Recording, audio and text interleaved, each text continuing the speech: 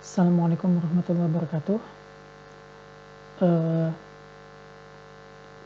Kali ini saya akan mencoba untuk menjelaskan atau memaparkan tugas saya mengenai Clarence. Di sini ada beberapa teori pendukung. Yang pertama adalah PAM. PAM atau Partitioning Around Medoids dikembangkan oleh Kaufman dan Rousseau. Idenya adalah untuk menemukan sejumlah K-cluster. Pendekatannya adalah menentukan objek yang representatif untuk setiap cluster. Objek representatif ini disebut dengan medoid. Dimaksudkan untuk menjadi objek yang paling terpusat di dalam klaster. Setelah medoid dipilih, masing-masing objek yang tidak terseleksi dikelompokkan dengan medoid yang paling mirip.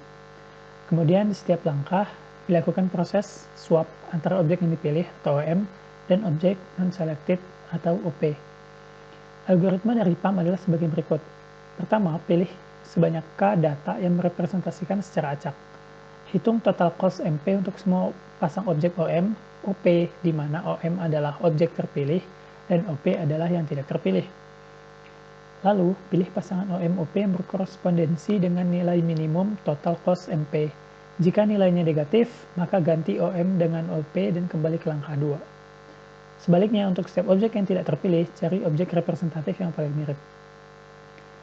Dari hasil pengujian yang telah dilakukan, PAM bekerja baik untuk dataset yang kecil, yaitu sebesar 100 objek dengan jumlah klaster adalah 5. Hal ini dikarenakan jika kita hitung kompleksitasnya, maka sebesar O dalam kurung K dalam kurung N minus K pangkat 2. Nah, hal ini menyebabkan PAM akan semakin mahal biayanya untuk nilai N dan K yang sangat besar.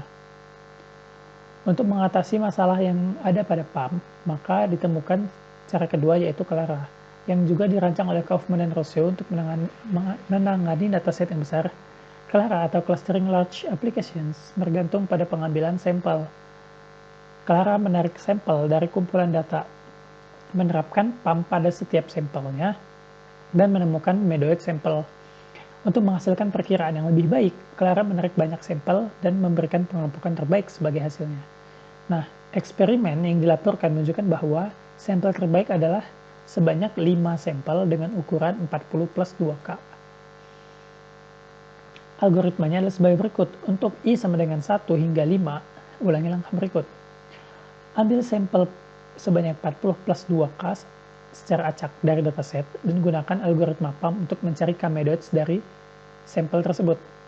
Untuk setiap objek OJ pada dataset, tentukan K-medoids mana yang mirip dengan OJ. Hitung perbedaan rata-rata pengelompokan yang diperoleh pada langkah sebelumnya. Jika nilai ini kurang dari minimum saat ini, gunakan nilai ini sebagai minimum saat ini dan pertahankan K-medoid yang ditemukan pada langkah 2 sebagai set medoid terbaik yang diperoleh sejauh ini. Kembali ke step 1 untuk iterasi selanjutnya. Dari hasil pengujian, Clara bekerja baik untuk dataset yang besar, yaitu sebanyak 1000 objek dengan 10 cluster. Hal ini dikarenakan jika kita hitung kompleksitasnya, maka kompleksitasnya sebesar K 40 plus K kuadrat ditambah dengan K N minus K, di mana menyebabkan Clara lebih efisien daripada PAM. Lalu selanjutnya adalah Clarence, atau Clustering Large Applications based on Randomized Search. Menyajikan pertukaran antara biaya dan efektivitas penggunaan sampel untuk memperoleh pengelompokan. Pertama, secara acak memilih objek sebanyak K dalam kumpulan data sebagai medoid saat ini.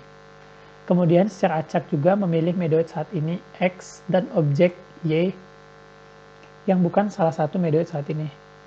Kemudian memeriksa kondisi berikut. Dapatkah mengganti X dengan Y meningkatkan absolut dari kriteria kesalahan? Jika ya, penggantian dilakukan. Clarence melakukan pencarian acak sebanyak 1 kali. Himpunan medoid saat ini setelah 1 langkah dianggap sebagai optimal lokal. Clarence mengulangi proses acak ini sebanyak M kali dan mengembalikan optimal lokal terbaik sebagai hasil akhir. Nah, algoritmanya seperti berikut. Pertama, kita input parameter num lokal dan max neighbor, di mana num lokal ini adalah jumlah iterasinya dan max neighbor ini adalah jumlah maksimum tetangga dari setiap K medoid. Inisialisasi I sama dengan 1 dan minimum cost dengan nilai yang sangat besar. Nilai yang sangat besar ini bisa kita set dengan nilai infinite atau tidak terhingga. Lalu set current atau yang kita sebut dengan medoid saat ini dengan suatu nilai acak dari G dan K, di mana G ini merupakan graf. Jadi intinya adalah kita mengambil sebanyak K objek dari graf Gn. Lalu set J sama dengan 1. Ambil tetangga acak S saat ini dan hitung selisih biaya dari kedua not. Jika S memiliki biaya lebih rendah, set current menjadi S dan kembali ke langkah 3. Jika S sebaliknya, tambahkan J dengan 1. Jika J lebih kecil sama dengan max Neckber, kembali ke langkah 4. Sebaliknya, ketika J lebih besar daripada max Neckber, bandingkan biaya current dengan minimum cost. Jika lebih kecil dari minimum cost, ganti minimum cost menjadi current dan set base note dengan current. Tambahkan I dengan 1. Jika I lebih besar daripada 6 lokal, tampilkan base note dan berhenti. Jika tidak, maka kita kembali ke langkah 2. Nah, dari hasil pengujian, Clarence bekerja baik untuk dataset yang besar, yaitu sebanyak 10.000 objek dengan 10 cluster. Hal ini dikarenakan jika kita hitung kompleksitasnya, maka kompleksitasnya sebesar K dalam kurung N minus K. Hal ini menyebabkan Clarence lebih efisien dari PAM maupun Clara. Oke, selanjutnya adalah dataset. Untuk mengimplementasikan Clarence, di sini saya menggunakan dataset yang dibuat dengan data random sebanyak 10.000 data. Dataset ini dibuat dengan bantuan library NumPy pada Python. Dataset ini dibuat dengan memanfaatkan distribusi normal dengan center dataset sama dengan 0 dan standar deviasi dataset sama dengan 3. Dataset ini juga memiliki 2 atribut atau fitur untuk memudahkan dalam hal visualisasi.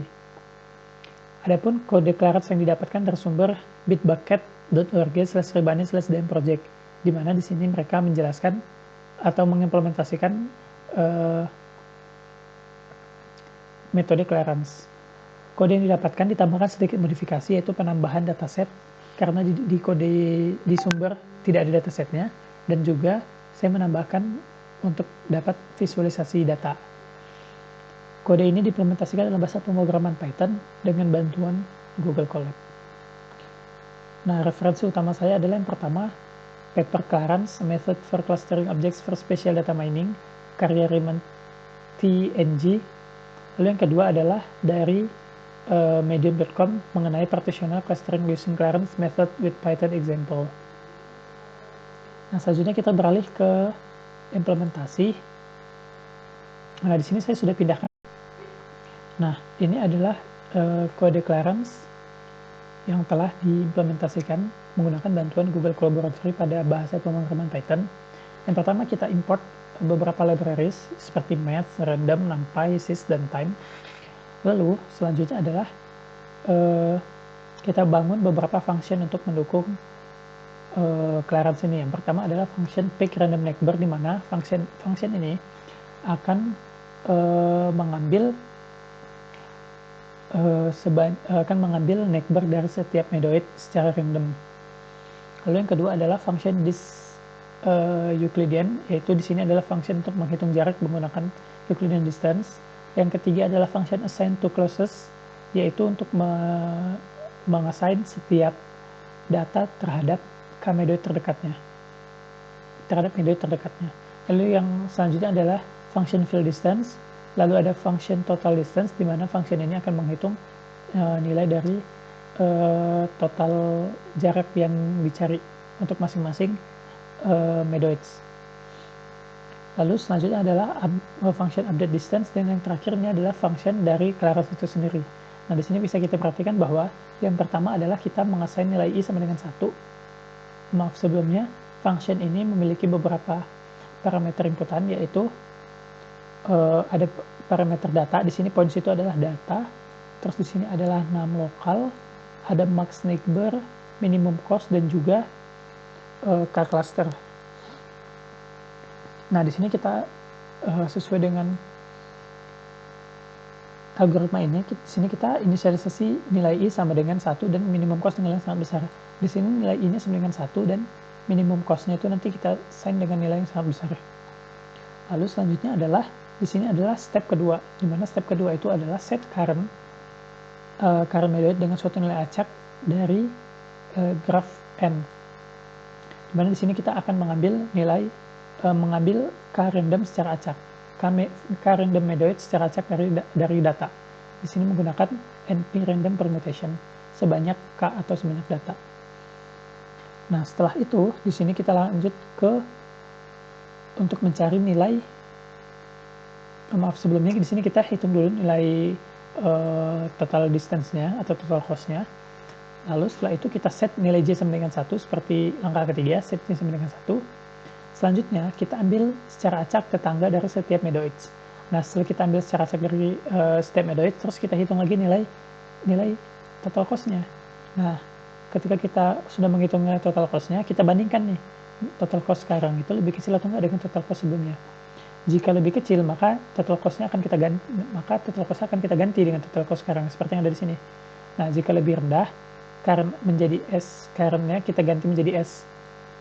Total cost-nya kita ganti. Nah, local base-nya atau lokal nilai terbaiknya kita ganti nih.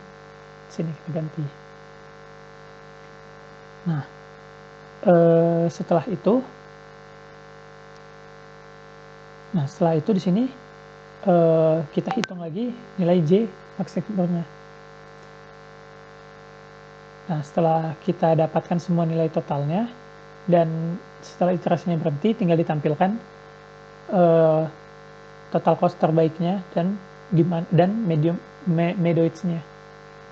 Nah, di sini contohnya saya di sini membuat dataset normal, dataset dengan distribusi normal dengan centernya 0, standard deviation-nya 3, jumlah datanya sebanyak 10.000 dan dimensinya sebanyak 2. Dengan 6 lokal sebanyak 5, max export 20 dan minimum cost sebanyak 9999 atau nilai yang sangat besar. Dengan K atau klasternya adalah 5. Nah, tinggal kita panggil nih fungsi clearance basic dengan inputan data 6 lokal, max export, min cost dan juga K cluster. Selanjutnya nanti di sini akan dilakukan proses seperti yang ada di algoritma ini, di mana dimulai dari mencari nilai cost-nya, lalu medoids-nya yang mana, terus nanti kita akan mencari lagi dengan yang namanya neckboard-nya, terus nanti dibandingkan nilai cost-nya dan seterusnya, sampai nanti akhirnya di sini kita mendapatkan nilai final cost dengan nilai 22.456 dengan medoids, ada 5 medoids dengan nilainya seperti berikut. Nah, jika kita tampilkan hasilnya adalah seperti berikut. Nah, dapat kita lihat bahwa ini adalah 10.000 data dengan 5 klaster, di mana klasternya ada klaster merah, hijau, ungu, biru tua, dan biru muda. Dari implementasi ini kita dapat melihat bahwa Clarence dapat mengimplementasikan atau dapat melakukan clustering dengan hasil yang baik. Yaitu bisa kita lihat bahwa satu warna ini mengumpul di suatu tempat, terus ini data dengan warna yang sama di suatu tempat, data dengan warna yang sama di suatu tempat, dan seterusnya. Jadi dapat kita simpulkan bahwa Clarence ini bekerja efektif untuk melakukan clustering. Demikian yang dapat saya sampaikan mengenai implementasi Clarence. Kurang lebihnya saya mohon maaf. Terima kasih. Assalamualaikum warahmatullahi wabarakatuh.